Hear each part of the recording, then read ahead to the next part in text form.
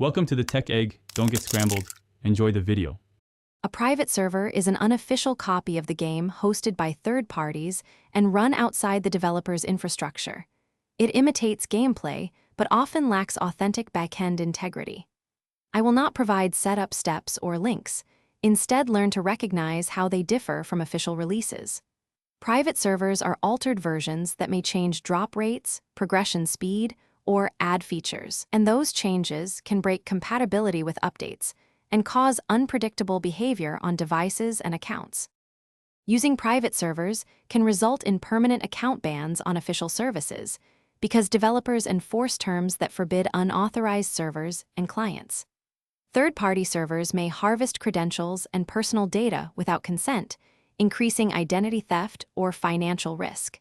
Never reuse passwords across services. Private servers often distribute modified clients that can contain malware, keyloggers, or backdoors, which may compromise devices and require full system restoration or loss of backups to remediate. Play on official servers or offline single-player modes when available to enjoy a stable, secure experience that receives patches and customer support. Official play preserves account integrity and progress. Join developer-run beta programs to test new features safely and provide feedback without risking your account or device. For protection, use strong passwords, two-factor authentication, and unique emails to protect accounts. Keep backups, update your OS and antivirus, and avoid downloading untrusted executables or APK files.